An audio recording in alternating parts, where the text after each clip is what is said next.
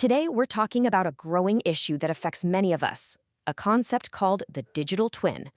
Now, I know that might sound like something straight out of science fiction, but it's becoming very real. And our goal here today is simple: to help you stay aware, stay calm, and stay safe. So, we're going to break this all down into four simple parts. First, we'll cover what a digital twin actually is. Then, we'll look at how it's built.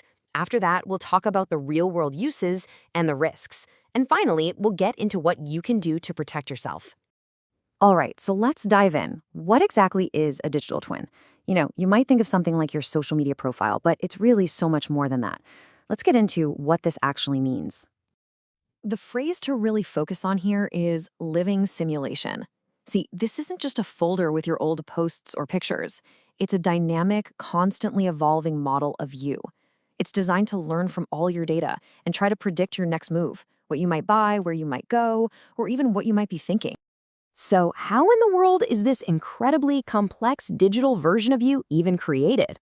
Well, let's take a look at the blueprint for your virtual self.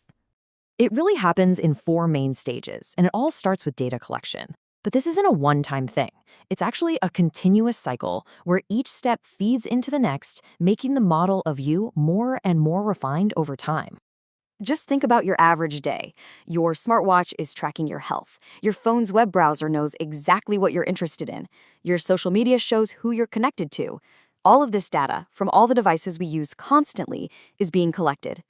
So once all that data is gathered, it gets pulled together and organized into a single profile.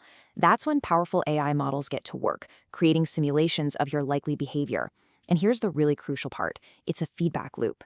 Every single time you click on something, buy a product, or even just walk a new route to work, that new information updates your twin, making it smarter and more accurate. Now, this technology is, well, it's a real double-edged sword. It has some absolutely incredible potential for good, but it also comes with some pretty significant risks that we all need to be aware of. Let's start with the positive side. Imagine a doctor being able to use your digital twin to test a new treatment on a virtual you, finding the perfect approach without any physical risk. I mean, that's the kind of potential we're talking about. We also see simpler versions of this every day in how cities manage traffic or in the personalized recommendations you get online. But of course, there's another side to this coin. When you have a total loss of privacy, your digital twin can be used for very subtle manipulation. For instance, what if your twin knows you've had a stressful week from your sleep data and what you've been searching for online? All of a sudden, you might start seeing ads for stress relief products. This is where it gets tricky, because these tricks are designed to work on our emotions and on our trust. And this leads to some really big questions about who owns our data, how secure it is, and whether it's being used fairly. This comparison really puts the scale of the risk into perspective. Look, if your social media account gets hacked, that's a big problem. But if your digital twin is compromised, that is a whole different level of threat. A hacker wouldn't just have a password. They'd have a blueprint of your entire life, your habits, your routines, maybe even your weaknesses.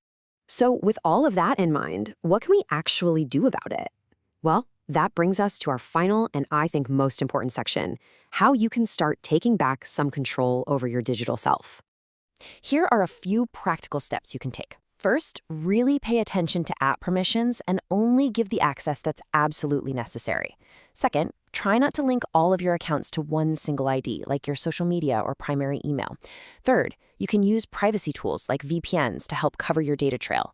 Also, just be a little more selective about which smart gadgets you decide to bring into your home. And finally, we can all demand more transparency from the companies that use our data. But out of all these tips, the single most important piece of advice is just this. Whenever you are asked to share data or connect a new device, pause. Always stop, think, and verify. This one simple principle is your most powerful defense. Don't just rush through setup screens or click agree on permission requests.